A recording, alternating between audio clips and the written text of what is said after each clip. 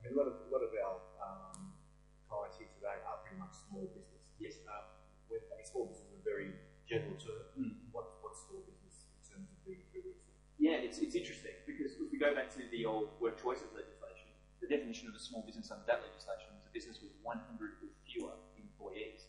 So a very large number of businesses met the definition of a small business. And one of the consequences of that was if you met that definition of a small business, you were entirely exempt, as I said, from these unfair business laws. Under the Fair Work Act, we have a very different definition of small business. It's now defined as a business with fewer than 15 employees, and it's done by way of simple headcount. So at the commencement of the Fair Work Act back in 2009, we looked at something called full-time equivalency. So you might have had a number of casuals, but when you added up all their hours, they only counted as one full-time employee. That idea of full-time equivalency was shelved after the first 12 months, I believe, of the Act, and we went to a new definition from the 1st of January 2011, I believe, where it simply became a headcount exercise. So now, the vast majority of those businesses that used to be a small business under work choices are no longer a small business under the Fair Work Act. But even if they are, that is, they have fewer than 15 employees by headcount, there is no longer any automatic exemption for you from the business. So it's pretty much catching. Pretty much everything. Yeah. Okay. So in terms of the small business again, what can you advise these clients that we have today? Anything specific about the Fair Work laws? Yeah, I mean, the starting point that you all need to know is that the unfair dismissal laws really do need to be front and centre in your mind when it comes to managing your staff. And I don't say that because I want you to spend your entire working days filling out forms or writing notes, etc. I'm telling you this because as a Workforce Guardian, we spend our time in the tribunal at Fair Work Australia arguing on behalf of our clients, and we see every day the consequences for small businesses that believe that they can dismiss employees without being too concerned about these laws, mainly because of that sense of security we used to have under the old work choices legislation. And specifically for small businesses, it's not just unfair dismissal claims that I want you to be aware of, and I should say that unfair dismissal claims have gone from around 5,500 back in the mid-2000s to around, I think in the Fair Work Australia report published yesterday, we're up to just over 14,000 cases now. So you can see a huge increase in the number of claims coming through. But it's not just unfair dismissals. We also have these other types of claims called general protections or adverse action claims. And these are a significant issue, especially for small businesses.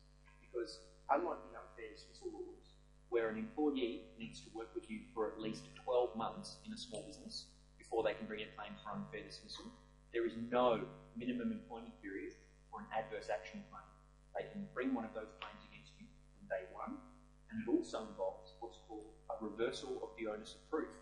And that's a remarkable thing, really, in Australian law. So what that means is, if I was one of your employees, and let's say I didn't particularly like the way I was being managed, and so what I did was I wrote an email to your superior, and whoever that might be, maybe the owner or someone above you, and I said, I don't think that I'm being treated very well, and I don't like my manager, and my hours have been cut, etc. And because I made that complaint, you then said to me in the hallway as I'm walking past, I don't like that you wrote that email, and if you don't retract it and apologise, then I don't think you're going to have a long career here. All right? So that might be a comment that you make in passing as you feel that anger in the moment, right? That counts under the legislation as adverse action because you've made a threat of taking some form of action against me for exercising my workplace right of complaining about you. And as soon as you've made that threat, I can then go to Fair Work Australia and pay a fee, I think of about $67.50 to file my adverse action claim, and the onus of proof is reversed. So it's not up to me to prove that you are taking adverse action or threatening to take adverse action. It's up to you to prove now that you didn't. So my life is very easy. I pay the fee, I sit back, I wait for you to go and scramble around and get legal advice or expert advice. Hopefully you're a Workforce Guardian subscriber, and then you come to us and we say, don't worry, this is how we'll help you sort it out, or avoid it in the first place, which would be better. But you can see that I'm on the front foot, you're on the back foot. So for small businesses, unfair dismissal and adverse action claims should be something that you certainly think about when you're managing this.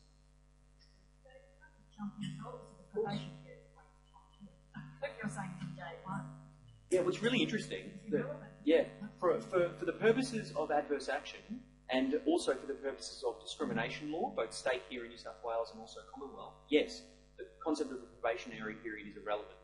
Probation is allowed to time to dismiss them, check out whether they're dismissed without Yeah, precisely. And what's really interesting to note about the probationary period is that the Fair Work Act actually does not recognise at all the concept of a probationary period. It doesn't exist under the Fair Work Act. What the Fair Work Act says instead is that if you're running a small business, an employee can be dismissed at any point in their first 12 months of employment, and they are not eligible to bring a claim of unfair dismissal against you. And in all other businesses, that is 15 or more employees by headcount, it's 6 months. So that is the only really concept, if you like, that's akin to what we understand as being a probationary period.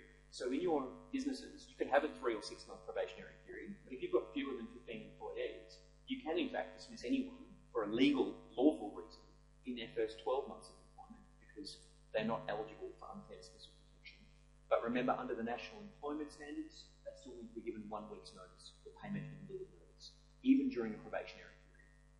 And if I can just say on that, that's actually another great example of why it's so important to put things into writing. Because many employers have contracts that they've drafted, and when I go to a lot of events, I often ask people, where do you get your contracts from? I was at an event last week and someone said they Googled their contracts of employment, which I love. And I said, well, can you forward me a copy of your contracts that you're using? And sure enough, it was a contract that they found on the internet. It came out of Colorado in the States. And I thought, well, that's a great contract if you're working in Denver. But unfortunately, here in Australia, it's not going to stack up. And one of the clauses in that contract, of course, was we can dismiss you at any time during your probationary period without notice. And that would be an offence under the Fair Work Act. You must give at least 1 week's notice. So it's important, again, that you're reporting these things in